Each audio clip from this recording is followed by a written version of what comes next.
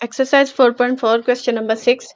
Convert rupees 80,000 into Chinese yuan. 1 Chinese yuan is equals to rupees 15.91. इसका question number 1 में मैंने काफ़ी detail से इसका कंसेप्ट समझा दिया। तो अब इसमें जो है वो स्टार्ट करते हैं। अमाउंट टू बी कन्वर्टेड, सबसे पहले ये लिखना है जो हमने अमाउंट कन्वर्ट करनी है। Amount to be converted is equals to rupees 80,000, Pakistani 80,000 रुपया। इसको हमने चाइनीज़ की जो करेंसी है चाइना की, उस करेंसी का नाम है युआन। पाकिस्तान की करेंसी का नाम है रुपीज़।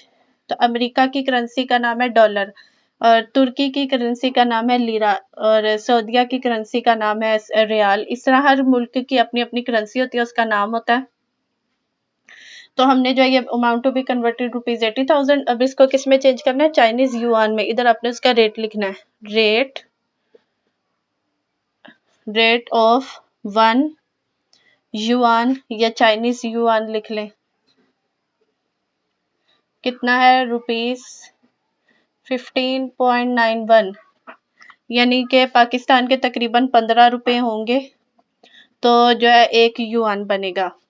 तो युआन जो है वो बड़ी करेंसी हुई और जो रुपीज़ है वो छोटी करेंसी हुई। इसका कंसेप्ट मैंने क्वेश्चन नंबर 1 में समझा दिया डिटेल से। तो अब जो है इन दोनों को डिवाइड करते हैं। Chinese yuan, number of Chinese yuan कितने होंगे? 80,000 को डिवाइड कर दें 15.91 से। जी, तो इन दोनों को डिवाइड करके काफ़ी लंबा आंसर आएगा। तो आपने डेसिमल के बाद सिर्फ 2 नंबर लेके तो बाकी इग्नोर कर देने। तो ये पाकिस्तानी 80,000 रुपये और चाइनीज़ युआन में ये 5,028 युआन बनेंगे। इस तरीके से जो है वो आप पूरी एक्सरसाइज खुद कर सकते हैं।